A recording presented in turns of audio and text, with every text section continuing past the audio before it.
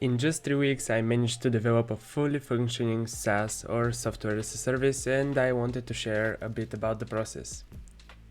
First of all, let me explain what my SaaS is about. This is DebateTrend, my website, where you can debate or argue with AI on different topics set by the user. You can have multiple debates with different debate styles for different lengths of time. Again, all chosen by the user. The special part is at the end of each debate, you can have another AI that will look through the debate and give you and the AI you debated with a score from a system I call Debate Score. It will also give you recommendations on where you can improve your debating skills. The idea for the project came to me quite weirdly. I was watching a Jordan Peterson debate when I thought, oh, wouldn't it be so cool if I could debate as well? Because where I live, where I study, there are no groups for debates or debate teams. And I was wondering how I can improve my debating skills just by myself, and I came up with the idea for DebateTrend. And I immediately started researching. I was like, oh, there's probably something that exists already. And the closest thing I found to what I wanted to achieve was a website. It was more like a tool in a website, so it was a sub tool, and it was terrible. It was straight up a ChatGPT copy. It was nothing better than just telling ChatGPT, let's argue. The tech stack I used was JavaScript for the language. The database I used was MongoDB hosted on Atlas. I am hosting my platform on Vercel, which is probably not the greatest place. The reason I used Vercel was because it was quite easy to set up, and sadly it's not working to my liking, which means I have to switch it up to something else. The framework I used was Express. Many people don't look at it as a framework. It's a very lightweight framework where people usually host their APIs. If I knew what I'd known back when I started, I would have probably chosen Next.js, but that would have meant that I would have had to learn Next.js, and it's important to ship fast, which means to ship with tech stack that you already are familiar with. For the authentication, I used Passport.js, which was just another thing I knew. If I was using Next.js, I would probably be using Nextout. Emails for email verification, support, etc. I use Resend. For the payments, I use Stripe, which has been quite a pain to set up, but I think it's worth it. After all, I have to get paid somehow. But it's actually, when you get the hang of it, it's actually quite nice. After the third time you mess things up, it's pretty easy. So for the front end, or for the UI more specifically, more specifically for the AI, I've used Tailwind, some Daisy UI elements, and some plain CSS where it was needed. Now another problem, and the reason why I might be switching from Vercel, is WebSockets. You can't have integrated WebSockets in your platform because of the way Vercel is set up. It's a serverless environment, which means that you can't have these WebSockets. The workaround I found is by using Pusher.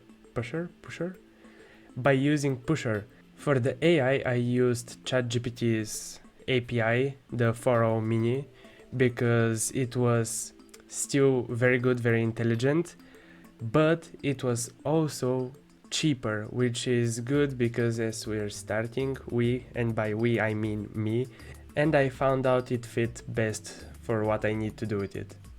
Let's talk a bit about security. So that was my biggest concern from the start. From the start, that was my biggest concern.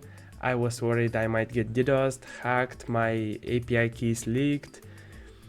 I was worried about all these things. But really, at this point where I have no money, no one recognizes me, I shouldn't worry about that, but it's still good. I implemented a rate limiter, good authentication, ways of verification that are secure. That was very important.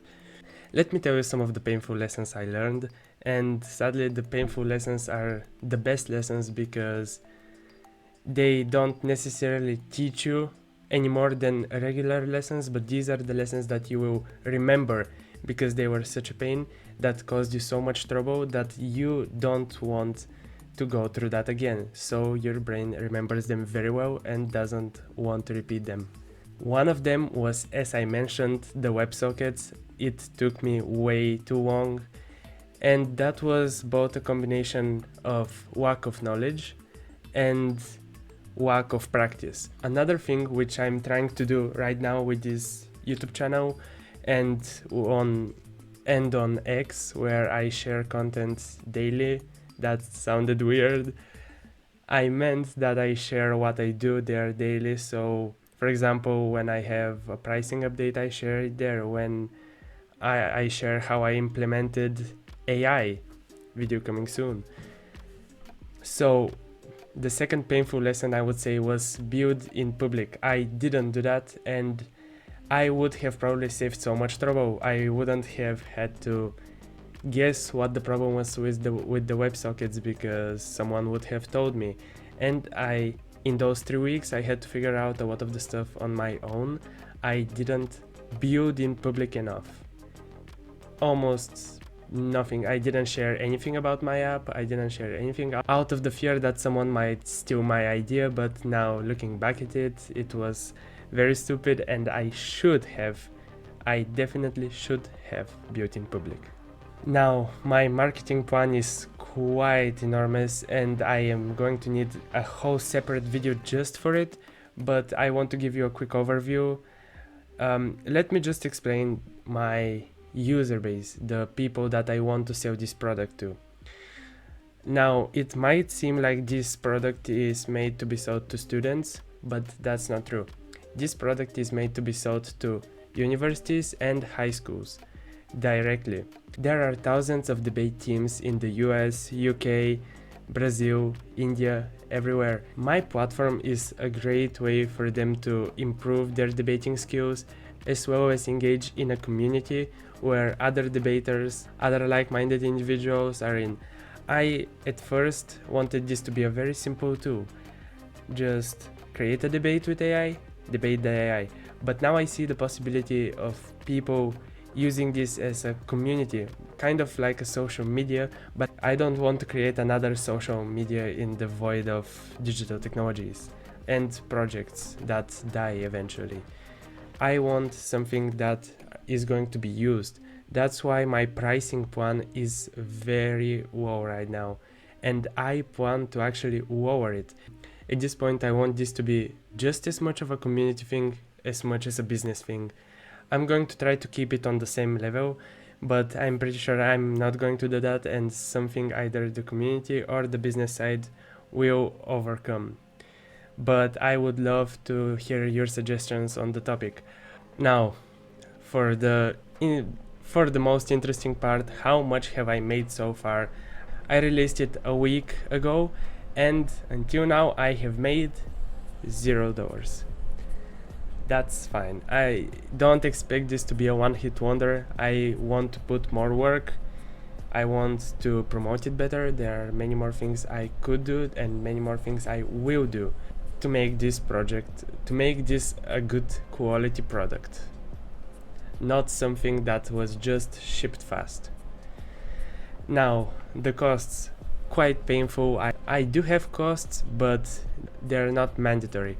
So I've chosen to have these costs for the user experience. So right now I'm just paying for the MongoDB host.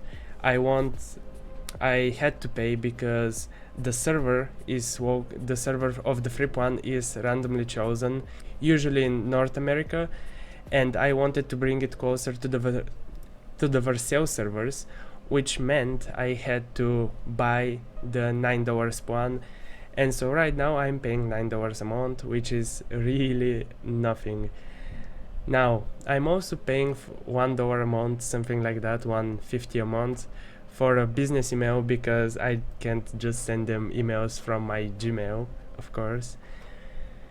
Now, the future costs, on the other hand, are looking quite a lot more expensive.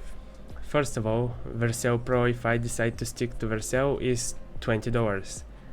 Resend subscription, because I am definitely going to be sending more than 100 emails a day, is going to cost me another $20. And the previously listed ones are also $10, which means I am going to be spending $50 a month. I had always been wondering if I could release a product, but I really never believed I could do it in just 3 weeks. That's honestly amazing. Okay, enough self-promotion, sorry. But I really see a lot of potential in DebateTrend as a place where people can debate both AI and each other.